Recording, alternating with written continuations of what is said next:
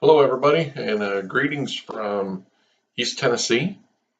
Just gonna come to you tonight, and we're gonna wrap up week two. Just like that, we're starting week three, so this class does go very fast.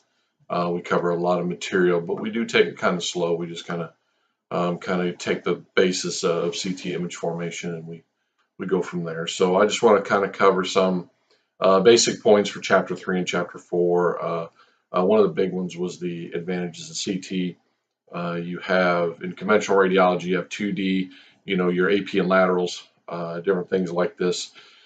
With CT, you start running into 3D, so then we start talking coronal, sagittal, and axial imaging. So it's a lot more detailed. It's going to give a lot more information because we have three dimensions that we can work with. Another idea that I'd like to cover is spiral versus helical.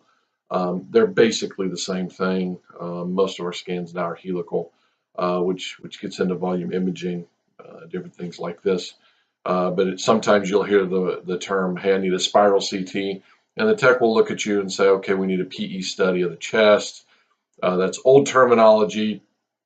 Spiral is really not used anymore. Helical is going to be used in most of your third and fourth generation scanners. So you just want to kind of go with that. Helical and spiral, though, are basically the same thing. Okay. Hounsfield units, it's a very important concept. We will get a little bit more involved into it in chapter 8, I believe. 7 or 8, if I'm not mistaken. Hounsfield unit is a number that is assigned as a grayscale to a pixel. Keep in mind, the Hounsfield unit is broken up into three areas, 0 being water. Okay, so if you see a Hounsfield unit close to 0, that means there's something water. Assist would be a good example. If you put a Hounsfield unit or a ROI, which is called region of interest, you'll see a number close to 0. That is water. Okay, so that's a real good idea that it's a cyst. Positive 1,000 is going to equal bone or anything that's got calcium in it. Kidney stone, bone, calcification within the chest are some examples. Again, you put an ROI into that region, and if it comes up 400 or 500, then you're looking at probably some type of calcification. Minus 1,000 is going to be air. Good examples when we do chest CTs. We look for air, but that's very obvious. Another thing that you would look for is if you did like an abdomen pelvis, you could also do a chest and you see an abscess. An abscess is a severe infection, but it has air in it. So if you put an ROI in this blank space and it comes up to be minus 200 or something along those lines, then you probably have an abscess that you're looking at. So that definitely then would require maybe a CT guided drain placement with a pigtail catheter or something along those lines. It depends on the situation and what you're looking at. Window and leveling, window width and window level. It's where you control the contrast and the brightness or density of your image. Okay, we will get much more into that, I believe, and let me take a look here. Chapter 8. Know the concept. Your window width.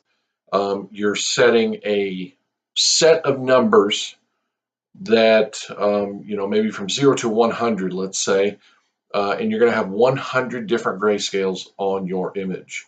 Your window level is going to be right smack in the middle, so 50 would be your window level, and then you can go up 50 positive, 50 negative, or you can set it all sorts of different ways depending on the look of the scan that you're looking for, or what the radiologist wants. That's a big key. Okay.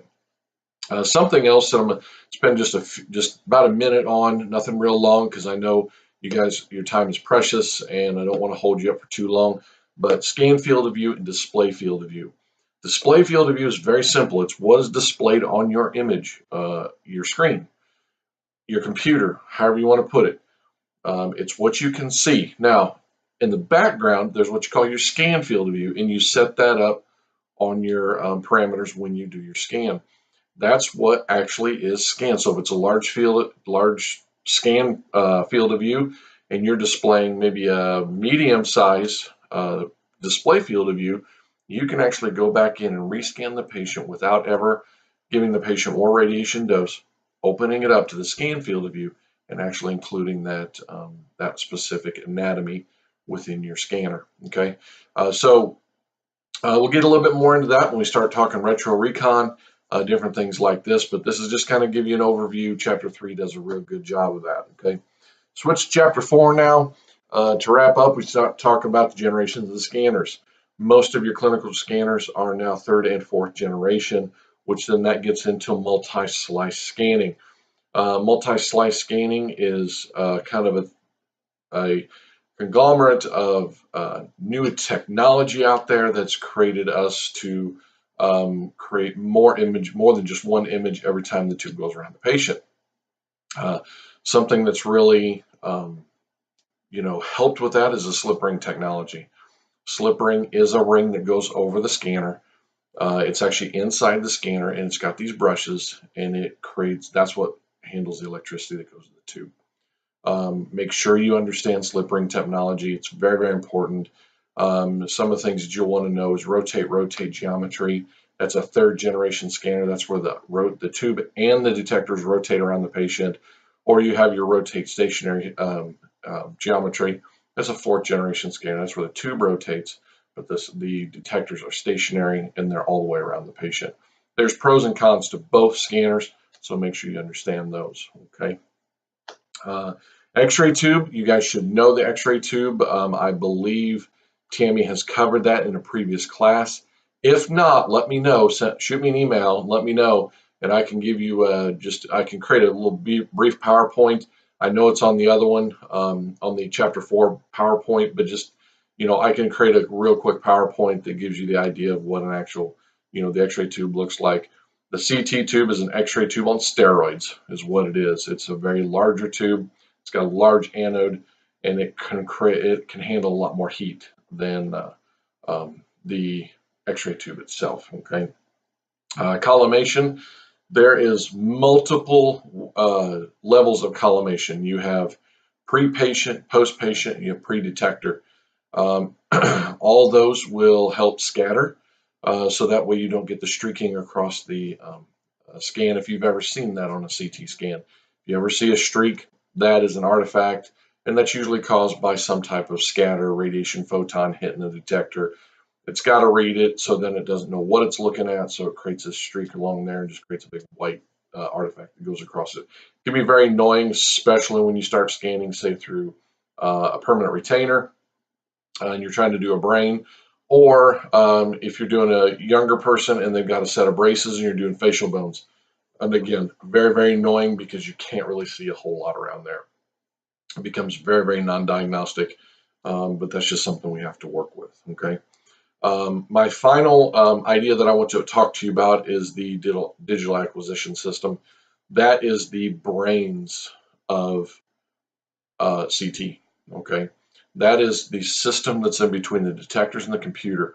This digital acquisition system does it's our main computer. It assigns the Hounsfield units. It measures the amount of radiation intensity that's coming out of the detectors, specifically the light from the specific types of detectors, which is usually scintillation detectors. So you want to make sure you understand that. And it can assign that Hounsfield unit, and then it goes to the computer, and then eventually will get to us on the computer screen. But without the digital acquisition system, we have no CT. And we have no imaging whatsoever. So the digital acquisition system is extremely important. Okay, so that is the wrap up of Chapter 3 and 4. You guys, looks like you guys did a real good job on all the quizzes that we had set up for you. Again, Chapter 5 and 6 looks like we're on. It's going to be the same type of thing. Chapter 5 is very important. We start talking about filter back projection and the different algorithms. That kind of gets into Chapter 6. That we use when we scan a patient. So make sure you take a look at all that, make sure you understand that. If you don't, let me know by all means. Text me, email me, whatever you'd like, and we'll get a discussion going, and I'll help you out. But I appreciate everybody's hard work. You guys are doing a great job. And again, if you have any questions, let me know. But if not, I will see you next Monday. Have a great evening.